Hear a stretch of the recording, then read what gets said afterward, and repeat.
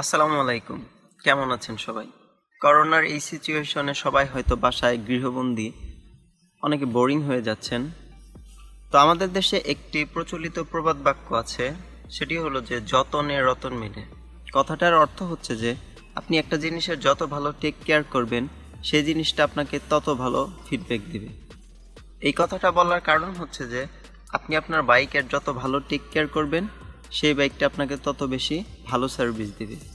আমরা প্রয়োজনের তুলনায় শখের কারণেই কিন্তু বাইক বেশি কিনে থাকি বা ব্যবহার করে থাকি, মানে শখ করেই। যাই হোক, করোনার এই সিচুয়েশনে তো আমরা বাইরে বাইক নিয়ে ঘোরাফেরা করতে পারি না। সো তার জন্য আমাদের প্রয়োজন আমাদের বাইকটার কিছু টেক কেয়ার করা। যদি আমি আজকে যে কয়েকটা টিপস দেব, এগুলো যদি আপনি ফলো করেন, তাহলে আপনার বাইকটা যদি 1 মাস 2 মাস বা কয়েক বছর যদি ঘরে রেখে দেন, তাহলে ভালো থাকবে। হ্যালো ভিউয়ার্স, আপনারা দেখছেন টেকডিএসকের সাথে আছে আমি আকাশ খান। তো চলুন ভিডিওটি শুরু করা যাক। তো সবার প্রথমে আপনার কাজ হচ্ছে আপনার বাইকটাকে ফুলি ওয়াশ করা। এখানে অনেকের মনে প্রশ্ন আসতে পারে, বাইরে তো যাওয়া সম্ভব না, তাহলে আমার বাইকটি কে ওয়াশ করে দিবে? তো যেহেতু বাইরে যেয়ে ওয়াশ করা সম্ভব হচ্ছে না, তো আপনার বাইকটা আপনি নিজেই ওয়াশ করবেন। তো নিজের পছন্দের জিনিস নিজে ওয়াশ করা তেমন একটা কাজ না, কষ্টের কাজ না। তো সবার প্রথমে কাজ হচ্ছে আপনার বাইকটা আপনি নিজে সুন্দর মতো ক্লিন করবেন, কোথাও যেন কাদা না থাকে। আপনি ব্রাশ দিয়ে, তারপরে আপনি শ্যাম্পু দিয়ে সুন্দর করে আপনার ফুলি বাইকটাকে ওয়াশ করবেন। ওয়াশ করার পর আপনার বাইকে যেন কোথাও কাদা না থাকে, আপনার বাইকটাকে একটু কাত করে ধরে রাখবেন। 10-15 সেকেন্ড বা 20 সেকেন্ডের মতন একটু কাত করে ধরে রাখবেন, যাতে করে বাইকে যে বিভিন্ন হোলের মধ্যে যে পানিগুলা ঢুকে থাকে বা জমে থাকে বাইকটা ওয়াশ করার পর, সেগুলো যেন পড়ে যায়। তো এরপরের কাজ হচ্ছে যে আপনার নরম কোনো গেঞ্জি দিয়ে, বা যেটাকে আমরা টি শার্ট বলি, টি শার্ট দিয়ে আপনার বাইকটাকে একদম মুছে ফেলবেন, যেন কোথাও যেন পানি না থাকে। তো এখন অনেকের মনে প্রশ্ন আসতে পারে যে তাহলে বাইক ধোয়ার পরে রেখে দিলেই তো বাইক শুকিয়ে যায়। তো আপনি বাইকটা ধোয়ার পর আমরা বাইরে যখন রাইড করি তখন বাতাসে শুকিয়ে যায়, বাট যেহেতু আমরা বাইকটাকে ঘরের ভেতরে রেখে দিব, চালাতে পারছি না, সেক্ষেত্রে আপনার করণীয় হচ্ছে বাইকটাকে আপনি মুছে ফেলবেন নরম কোনো গেঞ্জির কাপড় দিয়ে বা নরম সফট কোনো কাপড় দিয়ে আপনি মুছে ফেলবেন, যাতে করে কোথাও পানির ফোঁটা না থাকে। আর আপনি ওই অবস্থায় যদি রেখে দেন, তাহলে দেখবেন একটু ফুটি ফুটি হয়ে সাদা সাদা হয়ে গিয়েছে, তো ব্যাপারটা ভালো লাগবে না।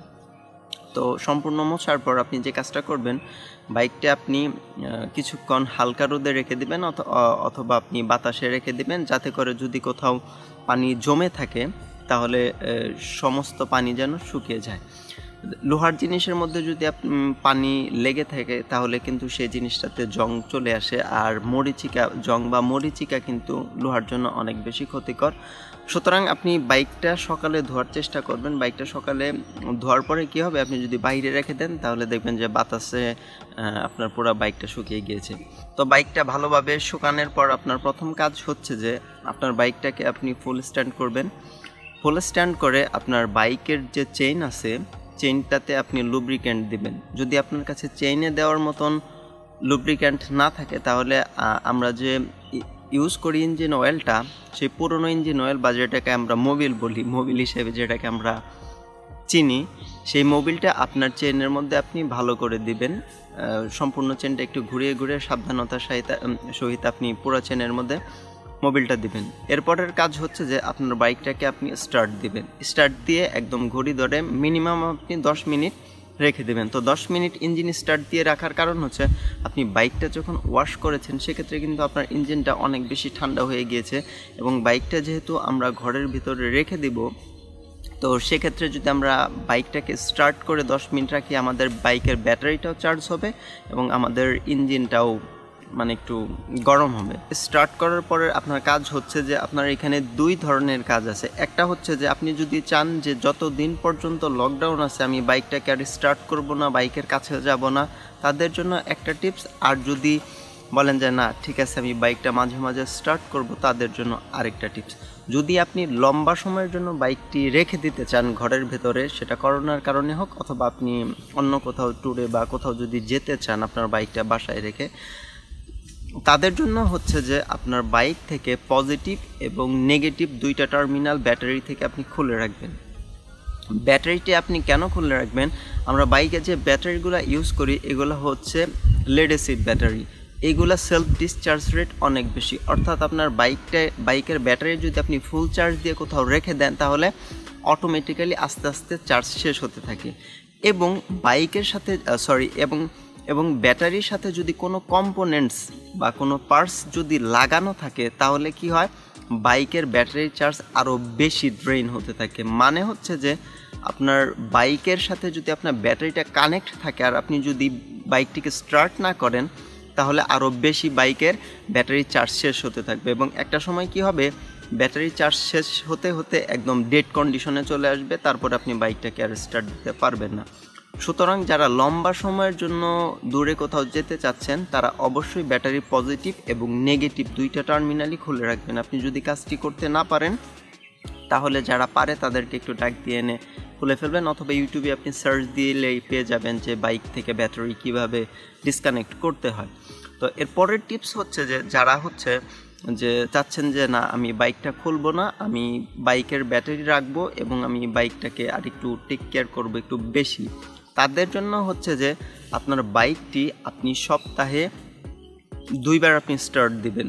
একবার দিলেও চলে, বাট আপনি 2 বার দিলে বেশি ভালো হয়।